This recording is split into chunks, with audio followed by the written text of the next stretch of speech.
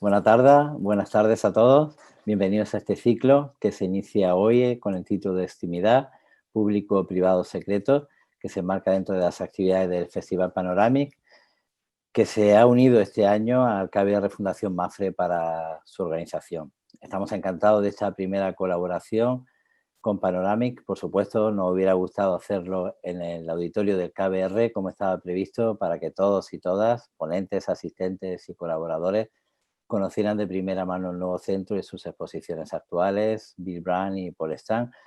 Pero la situación COVID no lo permite, desgraciadamente. Os damos, por tanto, esta bienvenida desde un KBR virtual. Seguro que vamos a disfrutar y aprender con este interesante ciclo que dirige Joan Fontcuberta, y solo esperamos que la situación vaya mejor y que en las próximas semanas podamos vernos todos en el KBR. Aquí os esperamos y ahora os dejo con la primera charla entre Joan Fontcuberta y Soficar para abrir este ciclo. Buenas tardes. Buenas tardes. Gracias, Carlos, por tu acogida, por vuestra hospitalidad a la Fundación Mapfre en el nuevo centro fotográfico KBR.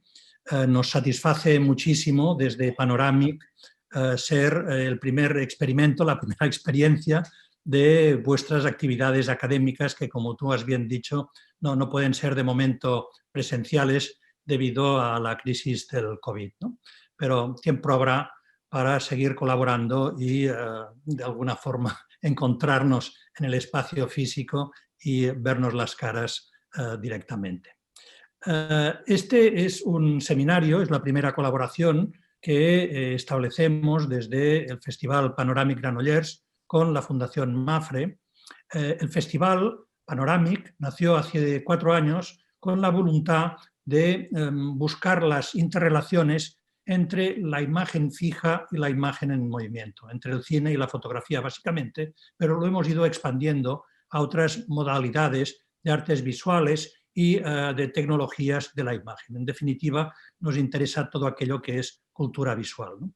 Cada año tomamos un eje central que nos sirve para articular nuestro programa de actividades, que son exposiciones, proyecciones, seminarios o simposiums, como el que estamos celebrando ahora. Este año hemos escogido el tema de la extimidad. La extimidad puede ser un concepto un tanto abstracto todavía, procede del psicoanálisis, fue un término utilizado por Lacan, pero que poco a poco ha ido impregnando nuestra cotidianidad, nuestros hábitos, nuestras vidas, ¿no? La extimidad es la intimidad revertida.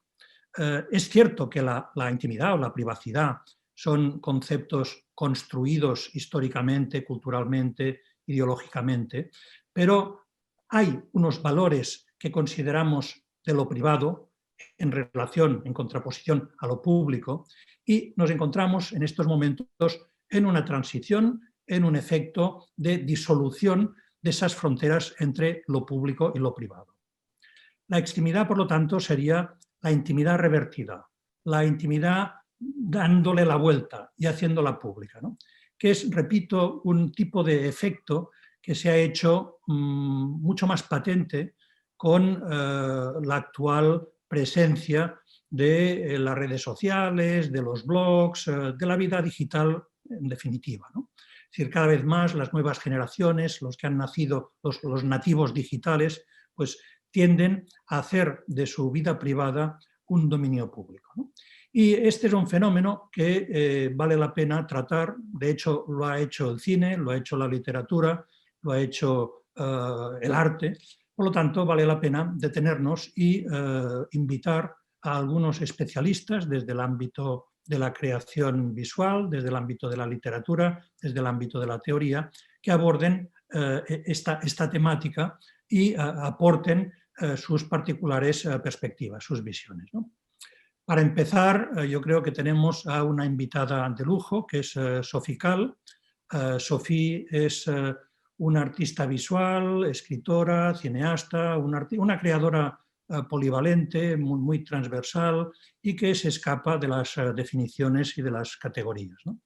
Nos pareció que era un invitado de lujo para hablar de esta temática de la extimidad, porque justamente su trabajo, que casi no necesita presentaciones, viene a ser un discurrir sobre la intimidad desvelada, ¿no? Cómo tomar la propia vida como material de trabajo, ¿no? En el que se mezcla a veces la autobiografía y la ficción, ¿no? Conozco a Sofía desde hace años, tuvimos la oportunidad de hacer en el año 2011 un viaje juntos al Polo Norte en un barco relativamente pequeño, por lo tanto en las distancias cortas es donde mejor se conoce a la gente, y me pareció no solo una artista pues, con un trabajo, con un discurso muy coherente y muy pedagógico de lo que ahora vamos a tratar, sino también muy afable, muy humana, muy buena persona en definitiva. Por lo tanto, pues estoy muy contento de que haya tenido la gentileza, o sea, gracias Sofía, de haber aceptado nuestra invitación y la tengamos hoy aquí en nuestras pantallas. Hubiésemos evidentemente preferido que su visita fuese presencial, pero dadas las circunstancias, me parece que no podemos quejarnos porque toda su sensibilidad, toda su inteligencia están ahora al otro lado de la pantalla para comentarnos algunos aspectos de su trabajo, pero también para responder algunas cuestiones. Si alguno de los asistentes desea formular alguna pregunta, por favor que la escriba en el apartado de chatear de Zoom, que al final vamos a intentar dar unos minutos para responder, no a todas, si hay muchísimas, pero sí a algunas o a los que puedan ser más pertinentes. Y hecha esta presentación, yo sé que Sofía no es muy, no le gustan mucho las entrevistas, no le gusta que le hagan preguntas, ¿no? Por lo tanto, empezaré por una cuestión muy sencilla. Cuando la contacté para que participase en nuestro programa, le pedí un título para su presentación y me dijo historias de pared. ¿Qué son las historias de pared? ¿Qué relación hay entre las historias de pared y las historias de papel? Entre presentar una historia en una instalación o presentarla en un libro. Bueno, cuando empecé yo quería seducir a mi padre y mi padre era un coleccionista de arte contemporáneo sobre la pared. Entonces, para seducirlo me pareció que el mejor era tratar de hacer fotografía, texto. Y además me he dado cuenta que escribir para la pared es mucho más complicado porque hay que tener un lenguaje económico, rápido, corto, para la gente que lee de pie. Y ha cambiado, creo, mi estilo. Me ha dado una manera de escribir, esta obligación de ir inmediatamente al punto y no tomar caminos de lado. Por eso he dicho. Y cuando hago un trabajo, siempre hago un libro y una exposición. Y la exposición es algo mucho más difícil para mí. Es mucho más... el libro es alegre, es sensual, me viene fácilmente. La pared es más una lucha. Entonces, pero de nuevo, era para mí, porque mi padre era coleccionista y sus paredes eran llenas. Sí, he leído alguna vez que de tu padre llega ese afán por hacer una obra objetual que se cuelga en la pared, de tu madre, que era amante de la lectura, también la pasión por el libro, ¿no? Sí. Es curioso porque acabas de casi inventar una técnica publicitaria. Es decir, yo procedo del mundo de la comunicación y es verdad que cuando los textos tienen que ser vistos en un espacio público, no podemos pretender que el espectador dedique mucho tiempo y por lo tanto tienen que ser mucho más concisos, mucho más contundentes, ¿no? Entonces, es lo que tú, de hecho, has descubierto también con tu trabajo, ¿no? Y ha dado, creo que mi estilo. Y yo no podía hacer pintura, yo no tenía la capacidad. Escribir era natural para mí, fotografía me parecía fácil. Bueno, malas fotografías me parecían fácil. Entonces, es así que empecé. Y cuando haces una instalación, me he dado cuenta de que en muchas ocasiones rehuyes lo que podía ser la propia institución artística, ¿no? El White Cube. Y muchas de tus instalaciones tienen lugar en, por ejemplo, iglesias desafectadas u otro tipo de edificios históricos que no fueron concebidos inicialmente para la intervención de un artista. ¿Te sientes cómoda? ¿Te estimula este tipo de situaciones? Bueno, no es para cada trabajo. Es para, por ejemplo, lo que hice sobre la muerte de mi madre. Yo no podía poner la película de mi madre muriéndose en un cubo. Yo necesitaba el misterio de un sitio, la oscuridad, el laberinto, el aspecto labiríntico. Entonces, no es para cada proyecto. Y es interesante porque tienes que poner una cosa más, que es no, si el sitio es bellísimo, tienes que tratar de no, ¿cómo se dice? No destruirlo. Sí, sí. Entonces es interesante porque tienes también que jugar para entrar en el sitio y hacer un juego con este sitio.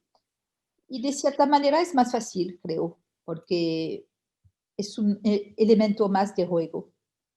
Acabas de mencionar uno de los proyectos a los que quería aludir con esta cuestión de la extimidad, que es el proyecto que hiciste sobre los últimos momentos de la vida de tu madre, ¿no? Es un proyecto muy profundo y hasta cierto punto chocante, porque en muchas situaciones la muerte o el momento de la muerte es todavía un tabú. Hacemos fotografías, por ejemplo, en las bodas, en las celebraciones sociales, como los bautizos, etcétera, pero no en los entierros, ¿no? Es decir, en los entierros nunca hay la presencia de una cámara, ¿no? Explica este proyecto, porque me parece que nos llevará muy bien a esta idea de extimidad. Bueno, cuando mi madre se murió, sabemos que iba a ser 3 meses. Nos habían dicho los doctores que había 3 meses por lo más. Y yo quería estar con ella. Yo quería, entonces me puse al lado de su cama y decidí de no moverme. Hay que moverse, hay que preparar algo, hay que dormir la noche. Y yo no quería, si se iba a morir, yo quería estar con ella a este momento preciso. Yo quería oír si tenía una última cosa que decirme, quería estar con ella. Y como yo no podía, he pensado en poner la cámara al lado de su cama para estar con ella cuando yo no estaba. Y funcionó, para ella también funcionó, porque ella también tuvo la sensación que yo no me iba del cuarto. También hay que decir que mi madre era muy extravertida. Sí, sí, extrovertida.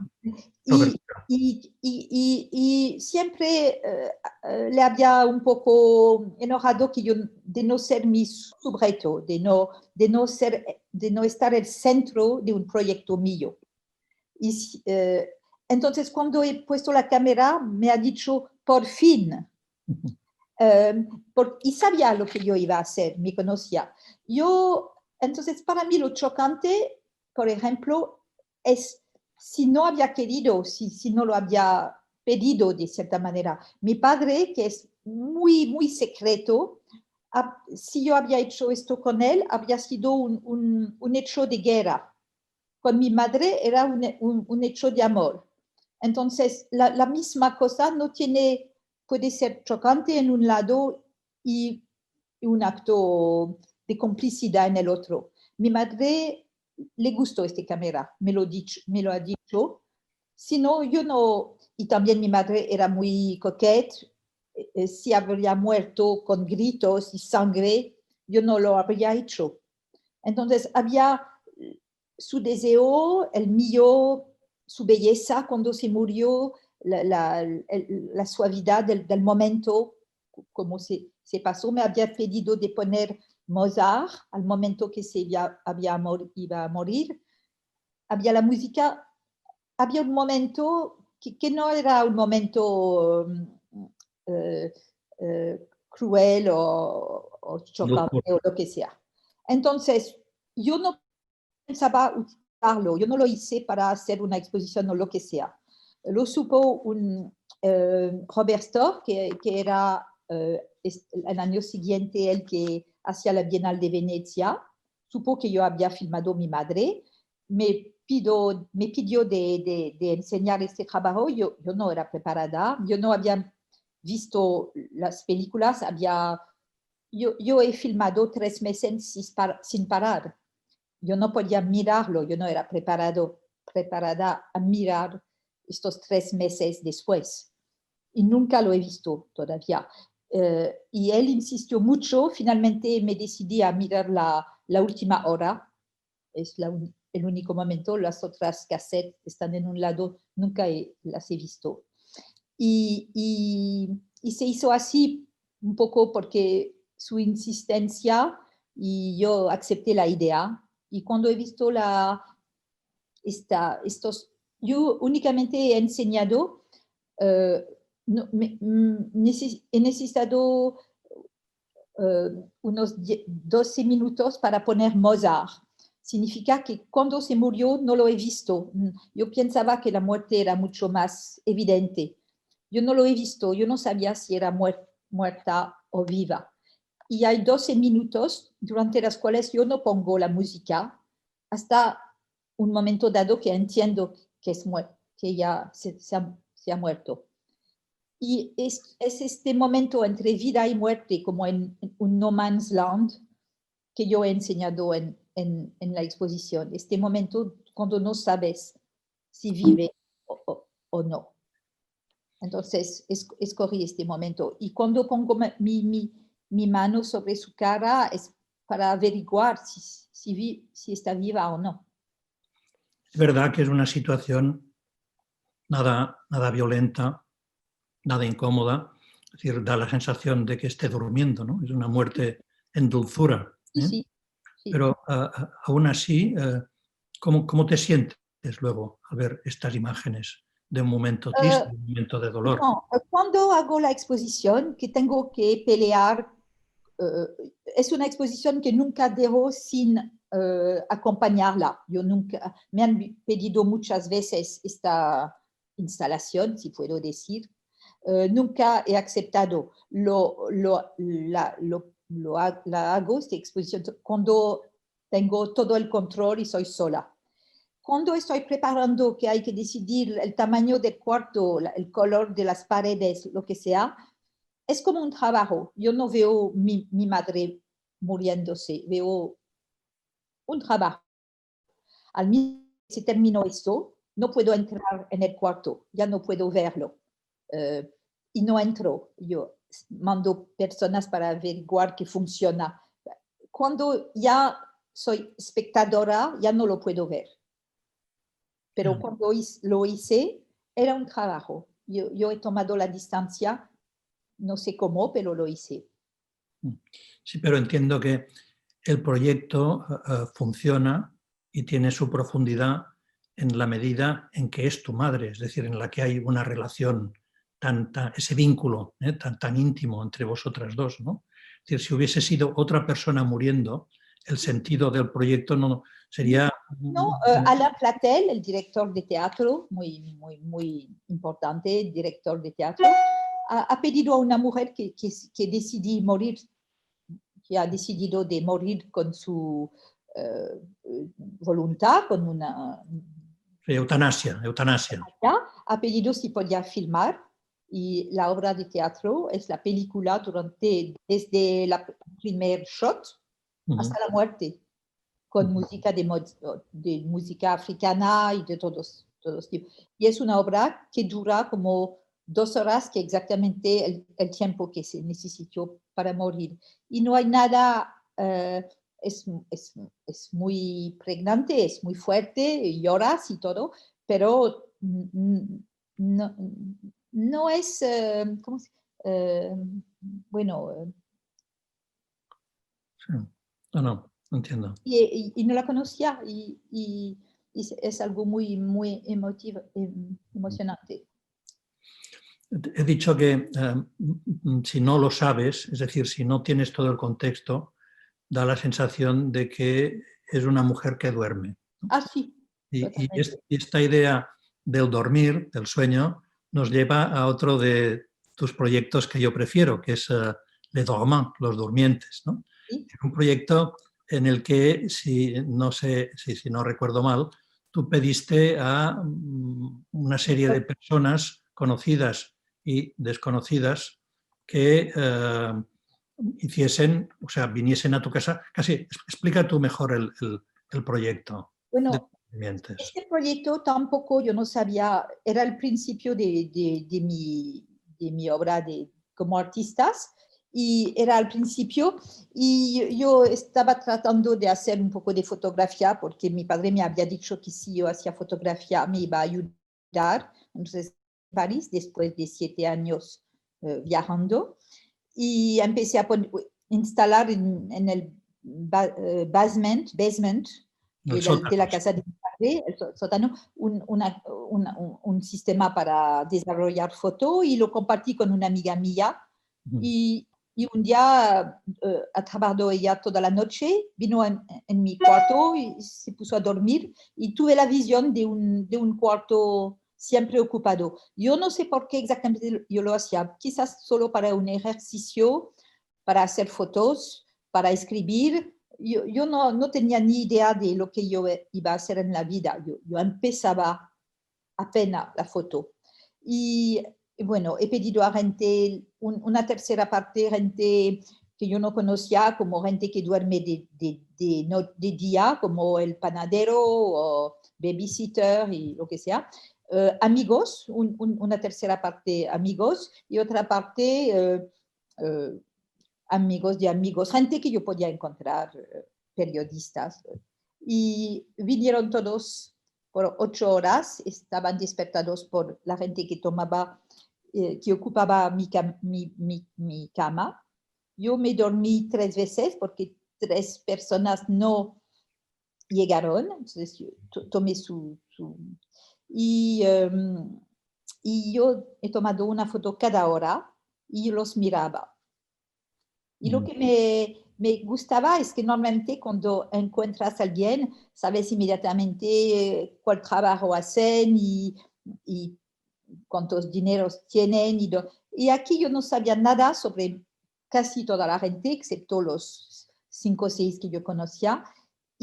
Pero yo podía mirar algo que hasta su compañero o compañera no miran, que son 8 horas si duermen de qué lado y con qué cara. Y yo podía, habían aceptado de dejarme mirar a la cosa totalmente íntima, cuando yo no sabía nada de lo que normalmente se sabe antes de empezar una relación.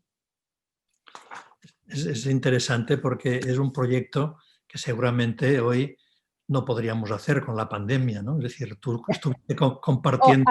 Hay muchas cosas que no podríamos hacer. Sí. Bueno, hay cosas que yo hice por ser mujer, porque si yo habría sido un hombre, yo no sé si habrían venido mujeres en mi cama. Si yo había seguido mujeres, yo no sé cómo habían... Bueno, hay también cosas que no se pueden hacer de todos modos. Explica de todas maneras, porque tengo curiosidad, ¿cómo abordabas a los participantes? O sea, ¿de qué manera planteabas tu solicitud de que durmiesen en tu cama? Quiero que duermen 8 horas en mi cama, voy a tomar una fotografía cada hora, les voy a pedir preguntas para quedar en contacto, para que quieren venir. Muchos vinieron porque pensaban que la proposición era otra. Pero vinieron y casi todos pidieron que cambie las sábanas y me han dicho que no iban a dormir, pero todos menos uno han dormido y una sola persona pidió que cambie las sábanas. Pero, a un momento dado se han tomado La gente quiere jugar. Pero estamos en 1981, si no recuerdo mal. Cuando tú propones a alguien... 79. 79. Cuando tú propones a alguien que venga a dormir a tu cama y no hay la Sí. confianza suficiente, esa persona no sale corriendo o no piensa, me he topado con una loca de atar. No, la gente, cuando la gente no está preparada, si pides que vengan para ayudarte a pintar la casa y que no les conoces, están preparados para decir no. Pero si dices, ¿quieren dormir en mi cama? Quiero hacer fotos, dicen que sí. Bueno, no sé. Ya estoy seguro que hoy ese entusiasmo participativo sería mucho más escaso, pero bueno.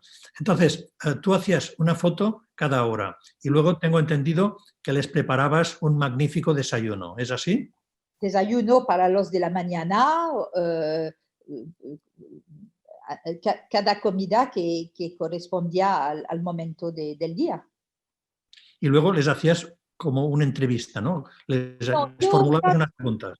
Yo tenía una lista de preguntas porque yo tenía miedo del silencio. Como casi todos yo no los conocía, yo no quería sentarme al lado de la cama y no decir nada porque es un poco inconfortable. Y yo no quería empezar una conversación mundana y qué hacen y cómo van y todo. Entonces, la única manera de tener un intercambio, pero con un ritual, con una que no se ponga personal, era de hacer estas preguntas sobre sus hábitos en la cama. Era un poco, yo quería un contacto, pero un contacto frío. Si quiero tener nuevos amigos, no lo hago así. No los invito a dormir en mi cama. ¿Utilizaste ¿Utilizaste en alguna ocasión la cama para una instalación? ¿Para esta cama, la mía? ¿La tuya? No. No. O sea, simplemente siempre eran las fotografías y los textos. Y los textos. Sí, sí. Y también hay una... Era mi primer proyecto de toda mi vida. Es la primera cosa que he puesto en un museo. Y lo he puesto por casualidad, porque yo invité a dormir una mujer que yo he cruzado en el mercado, en la calle. Vino y era la esposa de un crítico de arte. Por casualidad. Fue casualidad. Completa casualidad. Era una mujer que nos decíamos hola en el mercado, nada más. Yo no la conocía. Y no era artista. Y él me vino a ver lo que yo había hecho y me propuso de enseñar esto en la Bienal de Jeunes. Así empezó, por suerte. Esto me hace pensar en otra cuestión interesante en tu trabajo, que es el azar, ¿Sí? La suerte, ¿no? Lo fortuito, lo inesperado, ¿no? El hecho de que tú abordes gente o persigas a un personaje y vayas recorriendo su propio itinerario, etcétera, pero un poco a ciegas, es decir, sin saber cuál será su destino, sin saber cuál es la psicología del personaje.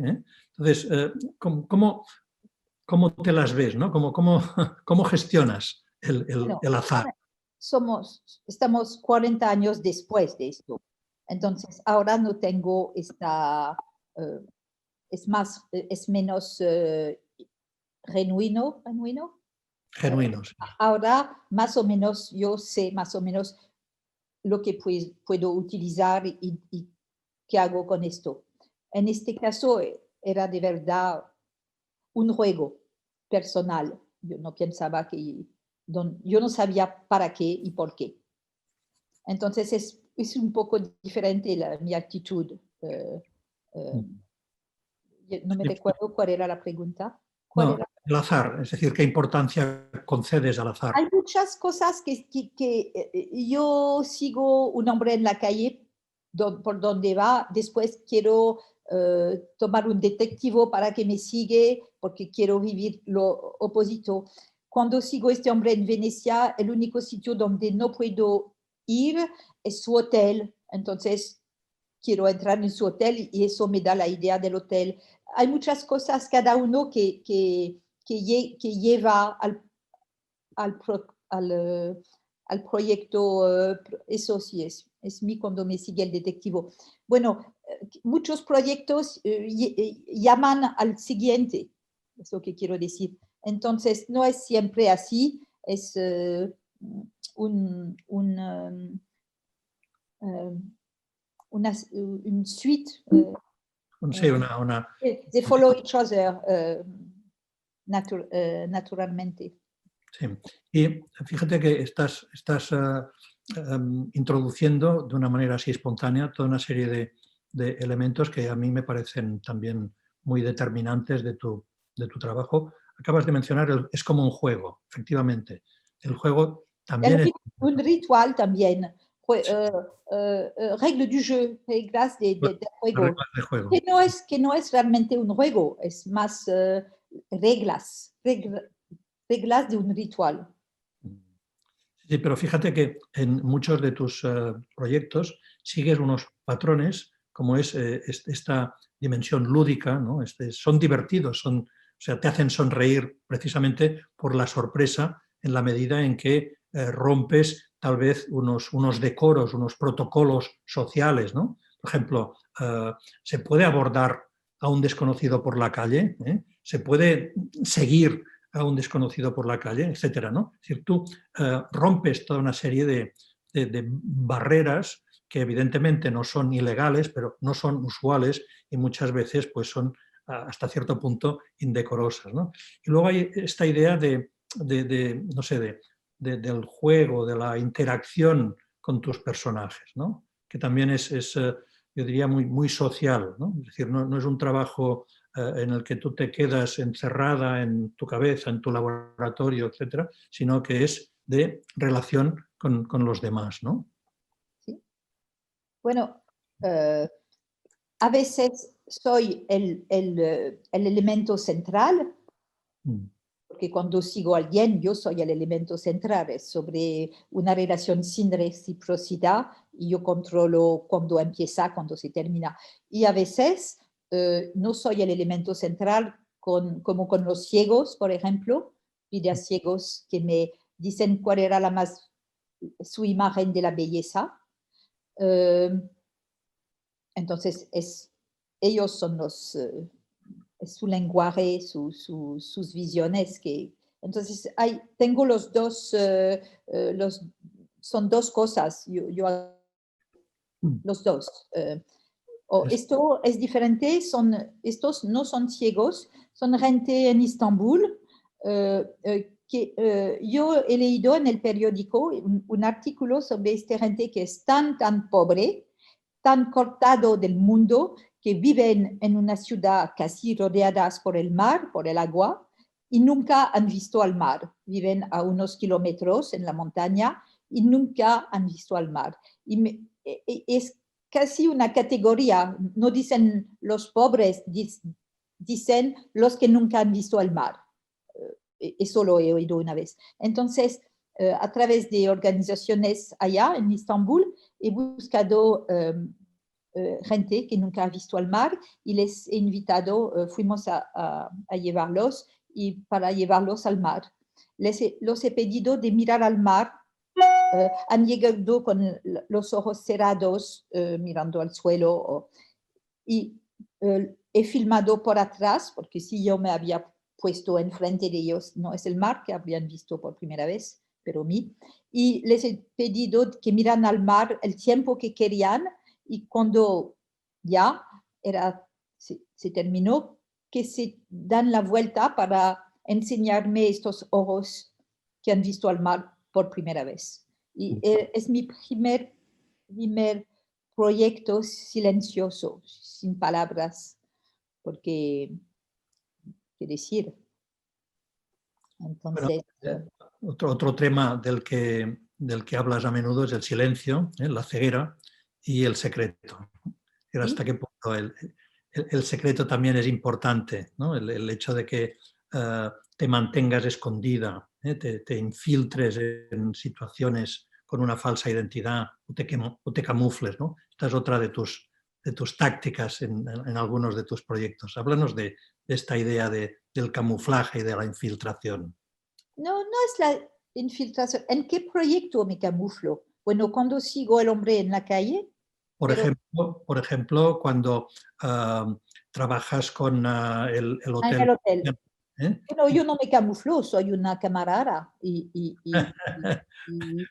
Pero en realidad... No he visto a la gente, nunca he visto a los clientes. Me he camuflado porque yo iba a limpiar, yo tenía que limpiar, pero únicamente me he confrontado únicamente a la manera que tenían ellos de ocupar su cuarto. No, lo que yo diría que más el hilo conductor que atraviesa todos los proyectos es lo que no está, lo que no está ya aquí, la ausencia. La falta de algo. Mi madre que se muere, mi hombre que se va, un cuarto de hotel vacío, un cuadro robado en un museo, la relación sin reciprocidad de un hombre que sigues pero que no sabes quién es ni qué, lo que ya no está aquí es más el vacío, la ausencia, el visible, el no visible. En ese sentido, la fotografía te conviene muy bien porque la fotografía es un medio que precisamente registra ausencias. Es decir, cuando tú fotografías algo, ese algo ya ha desaparecido, ya es ausente, ¿no? Es decir, que hay como una especie de duplicidad de ausencias, ¿no? La ausencia de lo que tú pierdes, pero la ausencia a la que te lleva la fotografía. ¿Puedes explicar con más detalle el proyecto del hotel en Venecia? Es decir, ¿cómo llegas a esa idea? ¿Es persiguiendo...? Bueno, esta idea vino de la de antes. Yo seguí un hombre que yo no conocía en Venecia para Suite Venetienne y el único sitio donde no pudo entrar era su cuarto. Yo lo he visto en restaurantes, en las calles de Venecia, he visto dónde iba, qué hacía, todo esto, pero nunca... y después cuando se fue, yo he tratado de tomar el cuarto que él había ocupado en este hotel y estaba ya ocupado por otra persona. Entonces tuve una frustración de no haber visto su cuarto donde vivía y me dio la idea de buscar, era para el proyecto próximo, pero es como llegué al proyecto próximo. Entonces estuve en hoteles en Venecia buscando un trabajo y un año después alguien me ha llamado como camarada para un mes, para alguien que era enferma y yo me fui allá inmediatamente. Entonces tuve un replacement de un mes únicamente. Una sustitución, sí. Sí. Y bueno, yo fotografía el cuarto, como la gente lo ocupa cada día de manera diferente, si leen, qué llevan, cómo duermen, con vestido, sin vestido. Era como una lectura, una observación de cómo... Y bueno, yo miraba todo. Pero tú interactuabas con los objetos Sí, los... ¿sí? sí, pero sí, nunca yo tenía que hacerme una imagen de los clientes porque yo no les veía. Entonces, a través yo tenía fantasías sobre ellos a través de lo que leen, de lo que lo que dejan en el cuarto, de todo esto. Entonces sí, yo me hacía historias a través de esto. Pero ¿no te preocupaba la idea de violar una intimidad ajena? No, porque yo he fotografiado, yo sabía si han leído este día 8 páginas o 20 de Madame Bovary y si duermen a la izquierda, a la derecha, si llevan un pijama o no. ¿Qué información es esto? Pero, por ejemplo, si cuando tú viajas y te hospedas en un hotel, alguien te lo hiciera y fueses consciente, ¿te molestaría? No, en Pero absoluto. se hace cada día. Todas las mujeres que hacen los cuartos miran a sus cosas. Todo lo hacen el primer año, después de 30 años ya no lo hacen, pero te lo han hecho 1000 veces. Cada vez que has estado en un hotel, han mirado tu cuarto y se han reído de algo. Sí. Seguramente tienes toda la razón, pero nos gusta pensar que no lo hacen. Sí, a mí me gusta pensar que lo hacen. Bueno. Yo hablo con lo que dejo y lo pienso, lo organizo. Yo tengo una conversación que nunca aparece con la mujer que va a hacer mi cuarto. ¿La has escrito? ¿Está escrita? No, pero yo juego sola con no sé quién. Vamos a ese proyecto también muy clásico tuyo, que es el de la carta, Cuídese, ¿no? Prenez soin de vous. ¿Puedes explicarlo? Bueno, yo recibí una carta de ruptura, un mail de ruptura, que se terminaba por cuídese mucho. Y yo no sabía realmente si esta carta era definitiva, si había en el texto de este hombre una apertura, si me decía adiós o si me dejaba un poco de posibilidad. Yo no sabía lo que significaban las palabras de esta carta. No era clara para mí. Entonces la enseñé a una amiga muy cerca de mí, diciendo, ¿qué lees? ¿Qué significa esto? ¿Se ha ido para siempre o va a regresar? ¿Qué significa esto?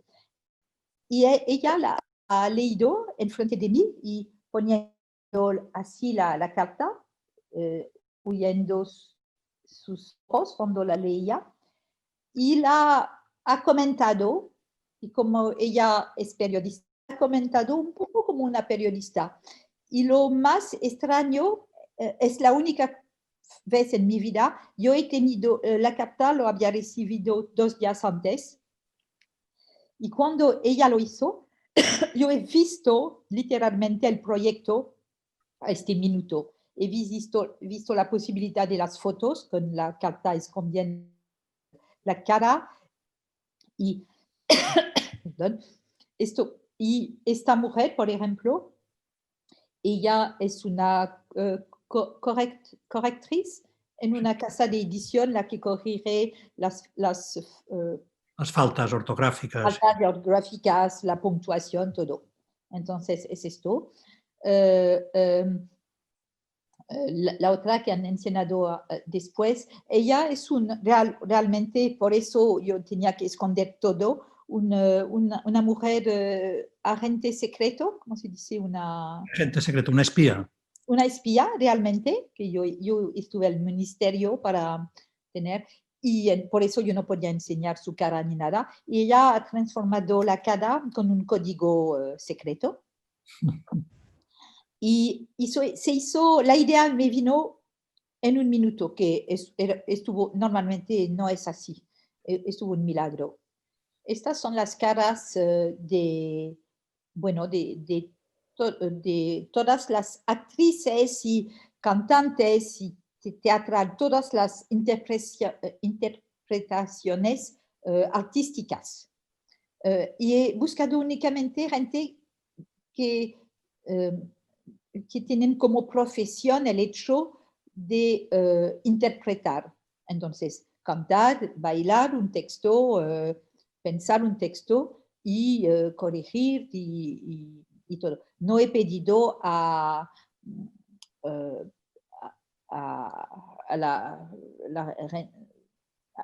amigas mías o he pedido a profesión. Sí, diferentes categorías. Que interpretan. Sí. Sí, sí. Con todo l'éventail de que significa interpretar. Hay un pequeño detalle que me sorprende. Tú recibes una carta de tu novio para una ruptura y en el tratamiento de esa carta te trata de usted, de vous. ¿Es normal? Mis novios son casi todos usted. ¿Ah, sí? Sí. ¿Forma parte de vuestro protocolo? Es el mío, porque cuando tengo un novio no quiero demasiado, ¿cómo decir? Yo quiero dar un poco de distancia. Usted pone una distancia, no puedes pelear de la misma manera. Si tienes una pelea un poco vulgar, no puedes hacerlo con usted. Usted pone la distancia para que la relación no sea demasiado cercana.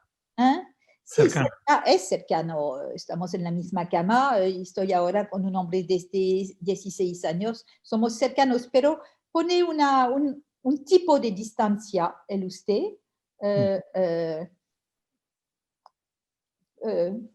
Sí, sí. Pero cuando tienes un novio... Hay una palabra, pero no la encuentro. Dila en francés.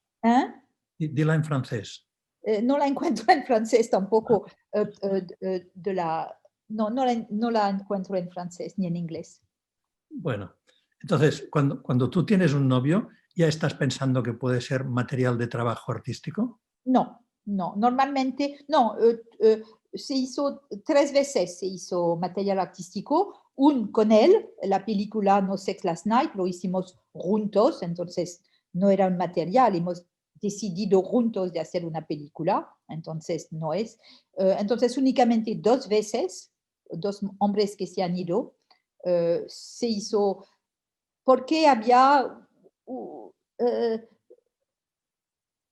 a veces no veo lo que yo podría hacer. En 2 casos he visto lo que podía hacer con esto. Mi novio actual me ha hecho casi firmar un texto como que no utilizo ni puedo decir su nombre en un trabajo, ni lo puedo nombrar. Y me ha dicho que si yo lo hacía, se iba, que es muy práctico porque si un día quiero que se termine la relación, solo tengo que decir su nombre en público. Bueno, no a lo mejor es peligroso acercarse a ti, ¿eh? Bueno, no, dos, he tenido mucho más y nunca hice nada sobre mis amigos, la gente con la cual vivo nunca hice un trabajo, entonces en los cientos de personas que conozco hice 2 veces algo, entonces no es tan peligroso. No, lo decía en broma. Muy bien, pues a ver, hemos hecho un cierto recorrido por tu trabajo. Hemos hablado de la ausencia, del secreto, de la ceguera, del amor, de la muerte. En fin, yo creo que hemos ido viendo un cierto perfil sobre tu trabajo conocido. ¿Qué estás haciendo ahora? ¿Cuáles son tus proyectos futuros que puedes desvelar? Ahora es un periodo complicado para mí, porque para mí me ha paralizado la situación actual del COVID. Es como me ha físicamente paralizado hasta físicamente, lo que digo es 6 meses que no puedo caminar. Soy literalmente paralizada por problemas Sí. Entonces, la situación me ha paralizado al propre o figuré, ¿cómo se dice? Au propre o figuré. Al primer O sea, físicamente y en sentido... Bueno, sí, sí. Entonces es un poco, pero estoy tratando de escribir, que es más fácil cuando no puedes mover. Y estoy tratando de hacer un poco un trabajo sobre mis fracasos, los proyectos unos proyectos que han fracasado y tratar de entender de dónde viene el fracaso, cuando no llegas donde quieres ir. Estoy tratando de hacer. Y estoy tratando de hacer también, porque mi madre se ha muerto, mi padre se ha muerto, mi gato se ha muerto. He tenido bastante muertes. Estoy empezando un trabajo sobre mi propia muerte, tratando he comprado una tumba y estoy tratando de enfrentarme, porque soy la próxima de mi familia. Bueno, es interesante todo esto que cuentas. El fracaso es... a mí siempre me ha parecido que una de las cosas más interesantes de los artistas son sus fracasos, porque un artista que no fracasa es un artista que utiliza recetas, que hace trampas, ¿no? Que es tramposo, que no toma riesgos, ¿no? Por lo tanto, es verdad que reconocer los fracasos da legitimidad, da autenticidad, ¿no? Muestra un poco el temple del espesor de autenticidad de lo que estamos haciendo, ¿no? Y está muy bien que un artista de reconocida trayectoria como tú, pues hable de los fracasos, ¿no? Porque es curioso que a lo Siempre mejor... cuando ves en un periódico piden 5 fechas a la gente, nacimiento, cuando se casó, los 2 niños, no sé qué. Yo no puedo, yo no me caso, no tengo niños. Cada vez me hace reír estos, ¿qué fechas poner? Y de la misma manera, siempre ponen, cuando han tenido un premio y el trabajo nuevo. Entonces, era un poco una respuesta a esto. Todo, que también lo que estás viene de lo que no has podido hacer. Bueno, ¿Te has planteado escribir alguna novela o hacer alguna película de ficción? Ficción no creo que soy capaz. Yo necesito, lo que cuento no es la verdad, pero pasó. No es la verdad, porque si haces una película de 1 hora sobre una vida con alguien de 1 año, vas a escoger momentos, elementos, y después vas a tratar de encontrar la palabra bonita. Cuando haces entrevistas con gente, no lo pones así, tienes que editar, cortar, escoger. Entonces no es tu vida, no es la verdad.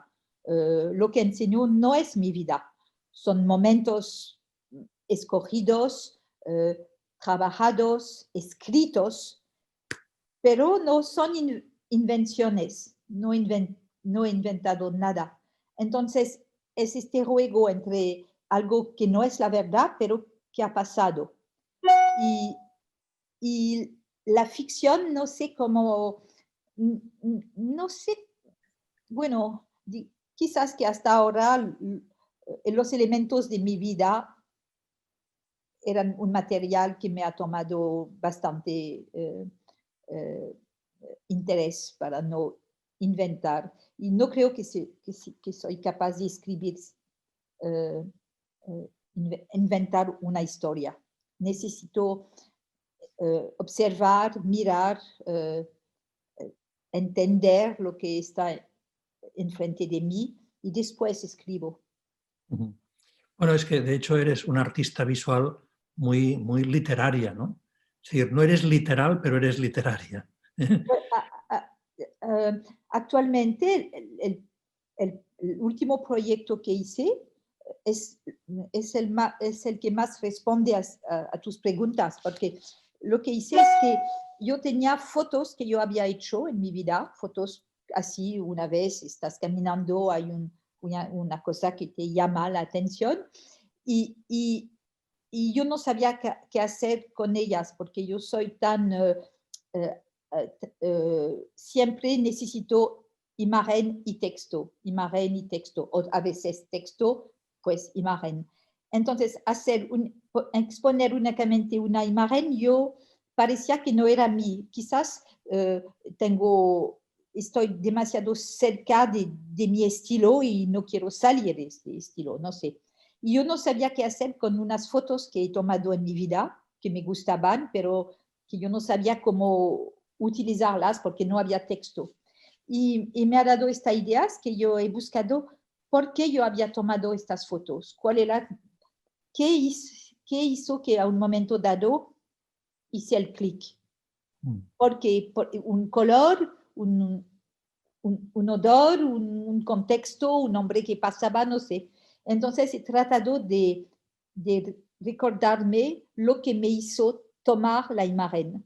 Y he escondido las imágenes por atrás de una cortina, un rideau, curtain. Sí, sí, una cortina, un rideau. Donde hay escrito sobre la cortina por qué he tomado la imagen, por qué esto, por qué esto, por qué esto. Y la gente lee antes y después solamente puede empujar y Sí, ver apartarla y... la imagen. Era una manera de hacer que el contacto con la imagen es más despacio. Ahora hay la gente no mira a veces, filma antes de mirar. En un concierto hay gente que no ve al concierto, filma el concierto, pero no lo ve, no lo mira. Entonces era como poner una distancia de nuevo y hacer más despacio este contacto con la imagen, parar un poco la imagen. Sí, sí. Pues es verdad esa experiencia de que muchas veces la cámara, en vez de ser un intensificador de nuestra experiencia, lo que hace es poner una barrera entre nosotros y la realidad, ¿no? Y luego hay otro fenómeno, y es que al final terminamos haciendo tantas imágenes, tantas fotografías, que a lo mejor ya no tenemos tiempo de verlas todas, ¿no? Como en el Pol Nord, donde fuimos. Exacto, sí, sí. ¿Te Bueno, recuerdas? Había una mujer que fotografía siempre al suelo, que hemos llamado Caillou. Cayó. Caillou, porque hacía 3.000 fotografías del suelo al día. Bueno, es otro protocolo, es otra obsesión perfectamente legítima, que a lo mejor nos puede sorprender, como también son sorprendentes las tuyas para otro tipo de público, ¿no? Al hablar de escritura, tú tuviste relación con Paul Auster, y estoy leyendo las preguntas que están haciendo los que nos están siguiendo. Y ¿Cómo la veo? hay una pregunta que dice, ¿te sientes bien representada en la novela de Paul Auster?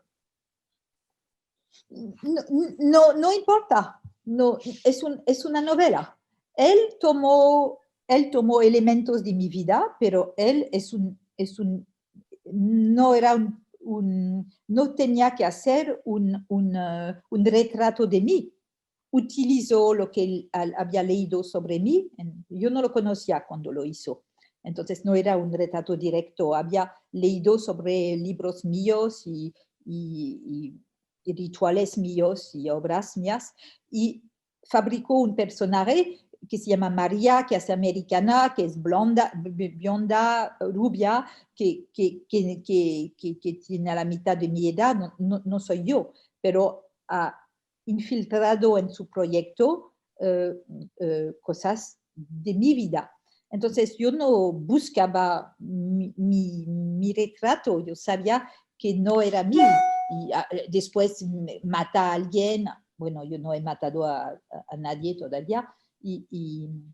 Entonces, yo no sé si soy yo. No, eran elementos de mi vida. Punto.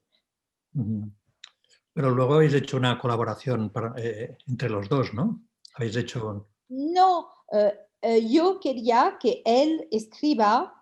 Yo quería hacer el contrario. Como había tomado mi vida y me había transformado en un personaje de ficción, yo quería que él escribe una ficción sobre una mujer que se llama Sophie, que tiene mi edad, que es francesa, lo contrario, y que yo iba a hacer todo que decía el libro. Yo iba a obedecer a su ficción y tratar de hacer que la personaje de ficción se vuelva en la realidad a través de mí. Y él no quiso hacerlo porque pensaba que era demasiado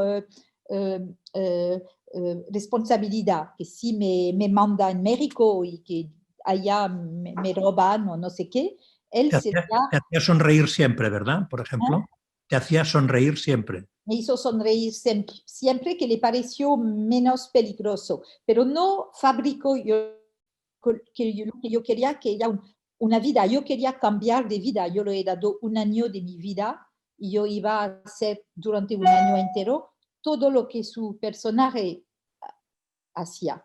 Eso él no quiso hacerlo, pero como yo he insistido, ha escrito unas páginas de cosas que hacer, sonreír, distribuir comida, ocupar un sitio público y hacerlo privado. Entonces me tomé una cabina telefónica donde he puesto flores y dinero y cartas y todo. Y bueno, ocupar un sitio privado en la calle y cosas así.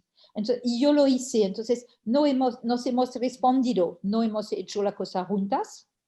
Él escribió y yo he tratado de obedecer.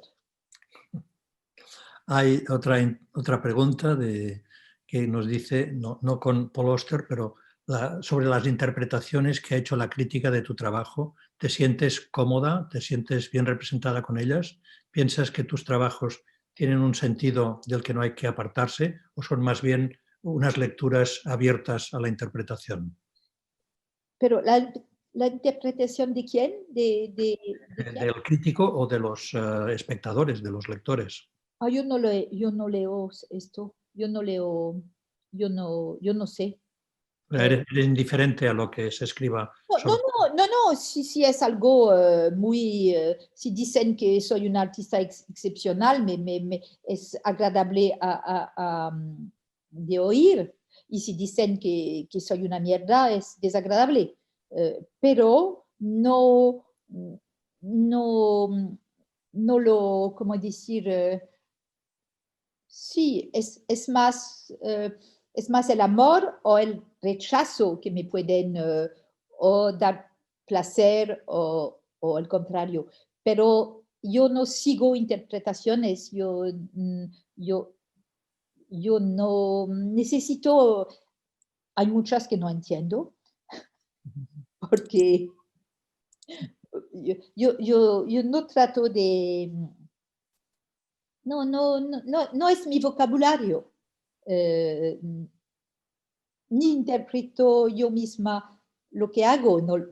Mi trabajo no es la interpretación, es de hacer el trabajo. No sé si respondo a la pregunta bien. Sí, lo que está. Es lo que la persona que lo ha pedido me puede decir si es lo que me ha pedido. Pues que por favor esa persona responda y ponga otro Pero yo comentario. no veo ya he visto hay muchas preguntas. Sí, hay muchas. No te preocupes, no hay Okay. que responderlas absolutamente todas, ¿no? A ver, hay otra persona que dice que trabajó en el Museo Castello de Rivoli en tu exposición madre. ¿Así? ¿Que Sí. nos hemos visto? Y pregunta que es curioso que tú tengas detrás tuyo todo ese panel de imágenes colgadas en la pared, que son de alguna manera historias de pared, ¿no? Lo que tú tienes detrás tuyo. Son únicamente intercambios, porque yo no soy, yo quiero quedar con una frase de los artistas con los cuales he trabajado, hecho exposiciones, los artistas de mi generación. Entonces hago muchos intercambios. Sí. Y como es complicado de hacer un intercambio con una obra enorme, porque pertenece normalmente, necesita dinero o pertenece a la galería o no sé qué, entonces hago intercambios de miniatura. Entonces aquí hay son únicamente artistas con los cuales he hecho intercambios de miniatura. Está muy bien el concepto, sobre todo teniendo en cuenta los espacios reducidos. Por eso, aquí yo tengo mi vida, la gente con los cuales has tenido una relación más... artística, normalmente gente con la cuales hemos hecho exposiciones juntos de grupo y todo esto. Entonces trato, si le gusta mi trabajo, hay que decir, bueno. Bueno, la persona que ha hecho esta pregunta terminaba diciendo, ¿cómo vives esta exposición de tu intimidad? Fíjate que con el confinamiento, con la reclusión debido a la pandemia, pues tenemos que habituarnos a una interacción con los demás a través de las pantallas, a través de sistemas de videoconferencia, ¿no? Y en estos sistemas de videoconferencia, pues aunque no queramos, damos a ver toda una parte doméstica, ¿no? De lo que tú tienes colgado en la pared. Ahora, al hacer el movimiento, hemos visto que hay un gato allí tranquilamente reposando en tu sofá, ¿verdad? Hay un gato detrás tuyo, ¿no? No, es un foc y es muerto. Ah, vaya. ¿Es un foc? ¿Cómo se llama? Un zorro. Un foc. Una foca, una foca. Sí, una foca muerta. Yo tengo más de 100 animales taxidermia naturalizados. Sí, disecados. Pero tengo un gato vivo que está aquí. ¿Lo ven o no? Sí, lo vemos. Negro. Aquí es negro. Sí. Muy bien. Esto es vivo. Y ¿cómo vivo? Bueno, yo no enseño, yo no tengo Instagram, no tengo Facebook, no tengo nada. No soy sobre ningún, ¿cómo se dice? Réseau, les réseaux sociaux. Sí, redes sociales. Sociales. No soy sobre ninguna. Entonces, no enseño mi vida. Aquí lo he pensado antes de la conferencia, donde me pongo para ver, y entonces he controlado lo que yo quería enseñar de mi casa y he escogido esta pared. Porque era una pared de otros artistas. Muy bien, o sea que los estás promocionando indirectamente. Sí, pero no enseño. Yo nunca, cada vez que te piden en periódicos en qué restaurante te gusta y cuál es tu color o no sé qué tonterías así, yo nunca respondo. Es mi vida privada. Para mí, mi madre que se muere o mi novio que se va, no es mi vida privada, es un trabajo, es un proyecto.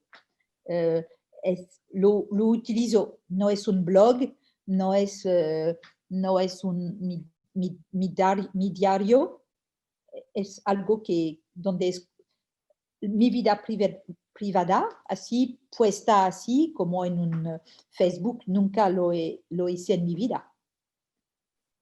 Y para mí decir cuál restaurante me gusta es demasiado privado para decirlo. Esto es lo privado. Entonces hay una parte que sí preservas, o sea que sí reservas. Es toda mi vida, todo lo que no es mi trabajo, todo lo que no pienso que puede ser una obra de cierta manera.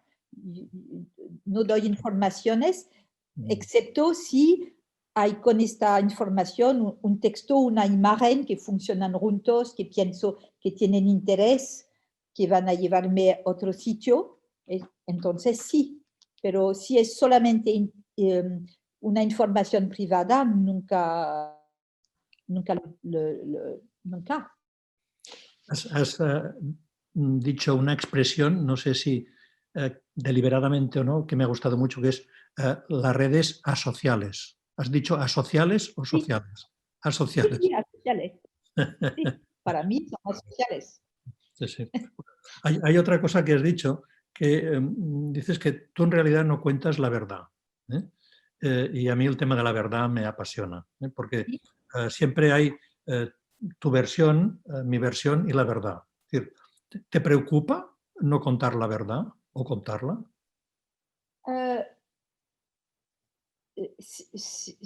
no es sobre la verdad, no la puedo contar la verdad, porque no quiero, yo quiero controlar el texto, quiero controlar la imagen, no quiero enseñar mi vida. Entonces, si yo tenía un proyecto que consiste en enseñar mi vida, ¿por qué no? Pero ¿por qué este proyecto y cómo, etcétera?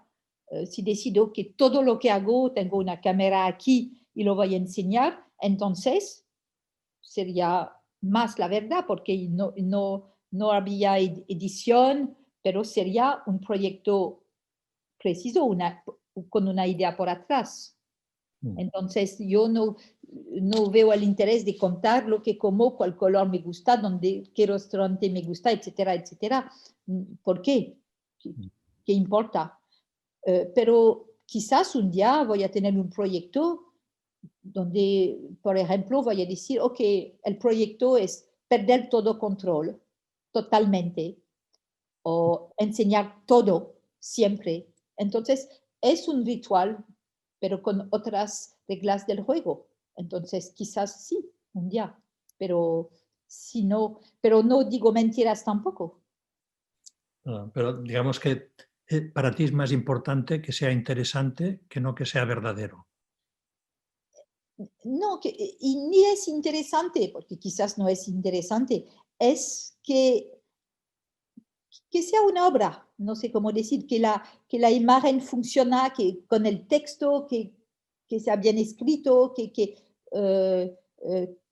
no es sobre verdad, es sobre trato de hacer una cosa con un cuadro alrededor que va en una pared.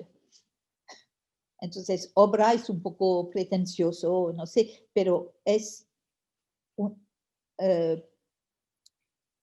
no es echar mi vida. Hay otra intervención, cambiando de línea, que sugiere que con los 100 animales disecados que tienes puedes hacer un proyecto. ¿No te ha tentado nunca esa idea? Bueno, todos mis animales es demasiado bello. No tengo, y no sé, bueno, también todos estos animales son amigos míos. Cuando encuentro un amigo nuevo, busco al animal que más lo va a representar. Son toda gente, hay mi padre, mi madre, mi novio, todo. No es un lobo, un gato, un perro, o es Françoise, Bernard, Jacques. Entonces, tienen todo, es mi manera de tener todos mis amigos. Yo vivo sola, totalmente sola. Es una manera de tener, bueno, de tener... Es una presencia en diferido, o sea, una especie de Sí, casi de vudú, ¿no? De sí. una técnica vudú, de Bueno, personificar. y después no lo piensas, después la cosa, o sea, una vez que tienes una colección, se agrega cada vez algo y ya no lo piensa y es como un hábito. Lo que pasó es que cuando mi gato, el que yo he tenido por 16 años, que se murió hace 4 años, era muy extraño tener todos estos animales muertos en mi casa, porque de una cierta manera mi gato vivo le daba vida a los otros. Pronto, súbito, cuando se murió, todo era muerto en mi casa. C'était como si todo era muerto. Y por eso yo necesitaba de nuevo un gato, para que los otros no sean muertos. Pero los animales disecados son silenciosos y antes has dicho que tenías horror al silencio, ¿no? ¿Cómo llenas No ese tengo vacío? horror al silencio, yo vivo en el silencio, yo vivo sola, por esto me gusta mucho el silencio. Me gusta ver mucha gente cuando decido y estoy sola. El último, cuando el último confinement, Sí. Yo lo he pasado totalmente sola. No he tratado de ver a mi novio ni nada. Lo he pasado sola y me gusta ser sola.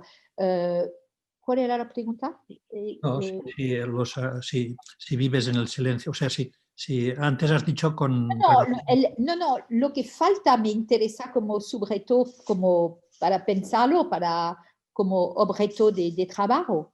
Me interesa más la ausencia, me atraen más cementerios que plazas, que bailes para mi trabajo. Lo que pero es más de manera estética o para pensar, pero no en términos de placer. Me gusta mucha gente, alcohol y todo esto.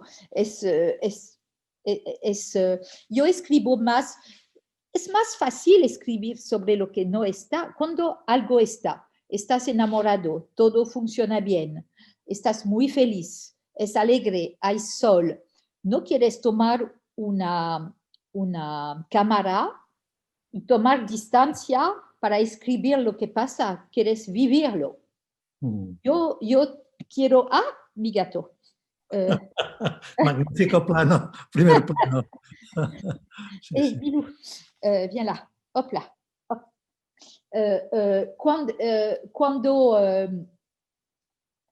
Cuando algo difícil pasa, que quiero tomar distancia para no vivirlo así como un golpe. Y tomar distancia con la muerte de mi madre, hablar de mi muerte día y noche, hacer un proyecto. Mi madre está aquí. Hablé de ella hoy, hablé de ella ayer, voy a hablar de ella mañana. Cada vez que hablo de mi trabajo, voy a hablar de ella. Mi madre está aquí por mi trabajo. Entonces, cuando me falta algo, cuando hay la frustración, la pena, todo, sí, tomar la cámara y tomar distancia es una manera de no subir, pero de pelear. Pero cuando estoy feliz y que todo está alegre, no quiero tomar la cámara y filmar, quiero vivirlo. Una vez me dijiste que habías tenido un novio que era torero. ¿Era verdad o te estabas burlando de mí? No, es verdad. ¿Y no has hecho ningún proyecto con él? Y ese un pequeñito, he tenido más que uno que era torero primero, pero el que más me importaba, hice un pequeño proyecto, pero si digo lo que es complicado, no puedo decir quién era. Bueno, no hace falta. Di el torero, en abstracto. Sí, o sea, no digas quién era, pero explica el proyecto pequeñito. No, porque si explico el proyecto, yo lo iba a decir. Si digo qué hice, es claro quién era. Bueno, o sea, queda como proyecto secreto, ¿no? Sí. A lo mejor... ¿no? Un proyecto que no salió. Bueno, que a lo mejor...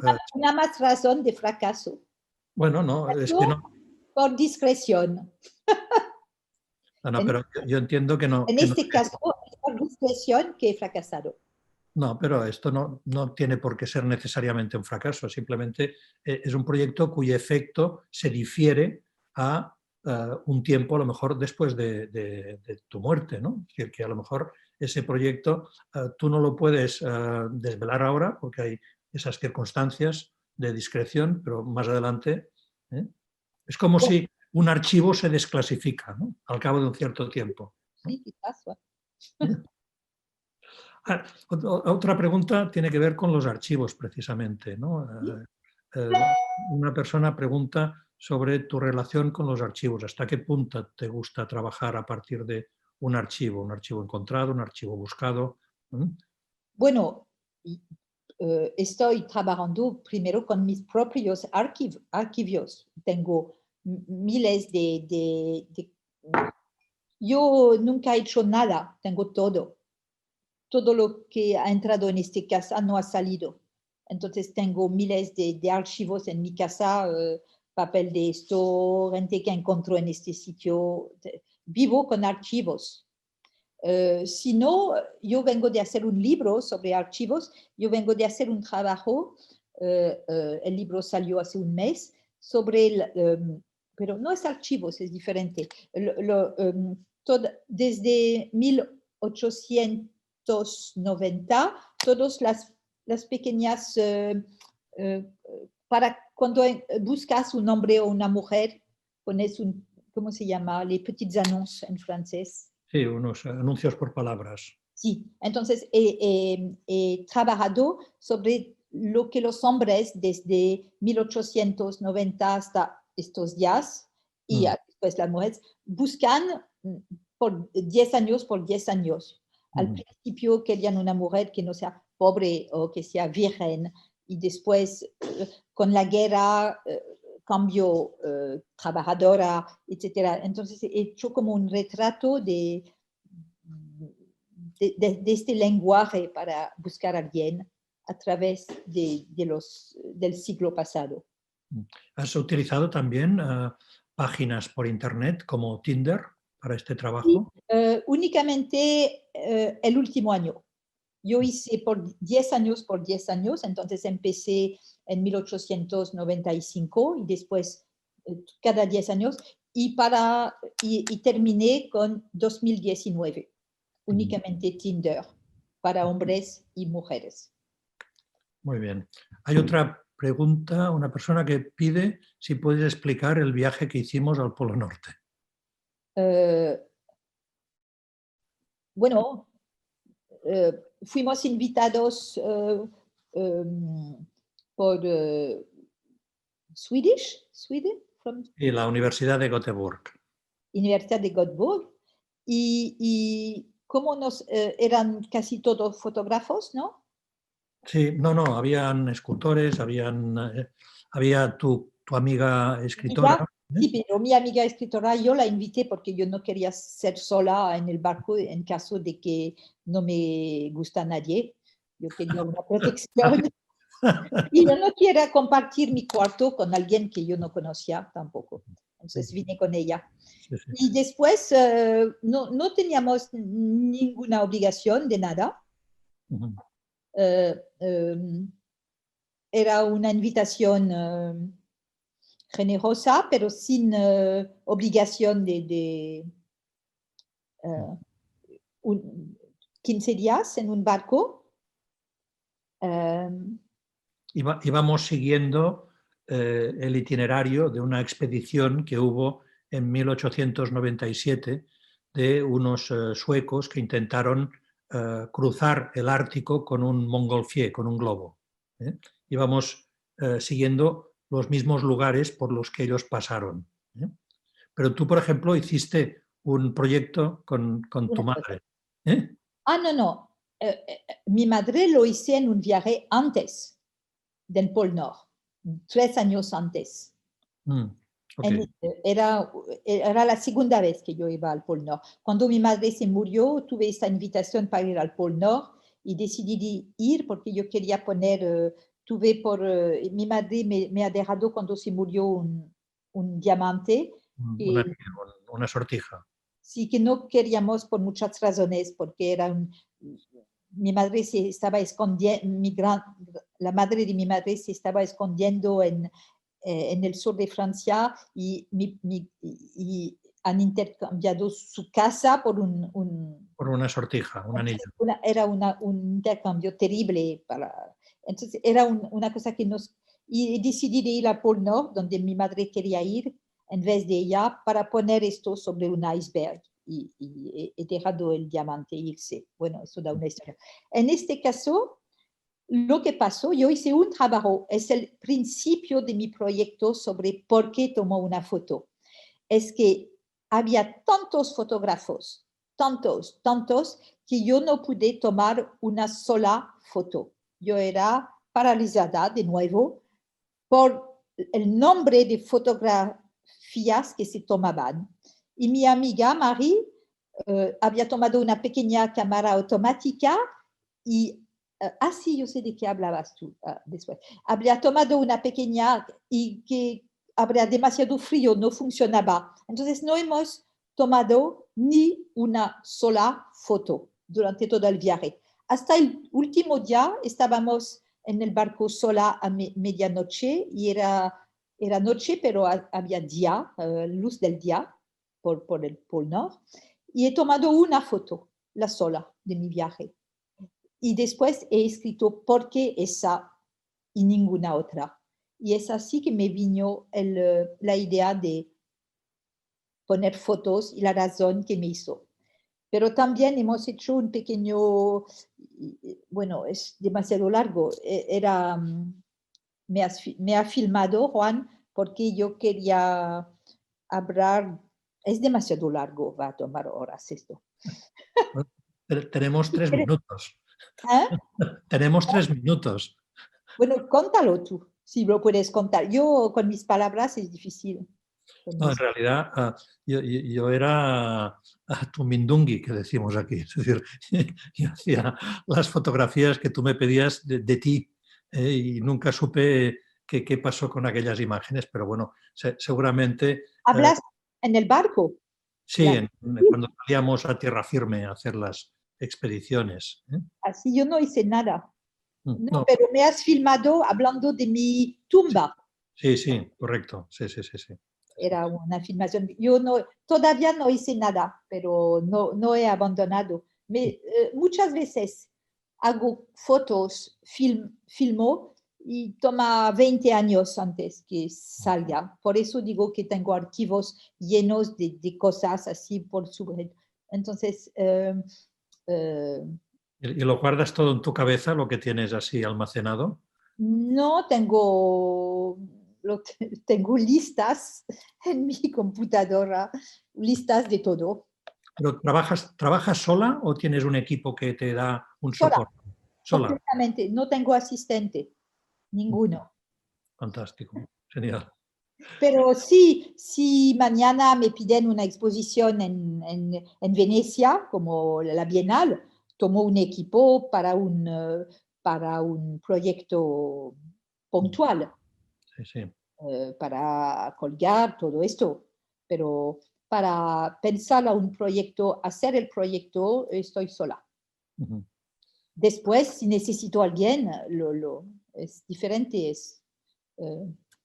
Si necesito que me filman, no, pido a alguien, pero no es asistente, es puntual debido Bueno. Mi español, después de 1 hora y media, mi español está malísimo. Bueno, oye, te agradecemos mucho que hayas hecho el esfuerzo de hablar en español, que ya entendemos que no es tu lengua habitual y que requiere No. pero lo hablas perfectamente comprensible, No, te has explicado muy bien. Estamos llegando al término del tiempo que tenemos establecido. Hay muchas preguntas.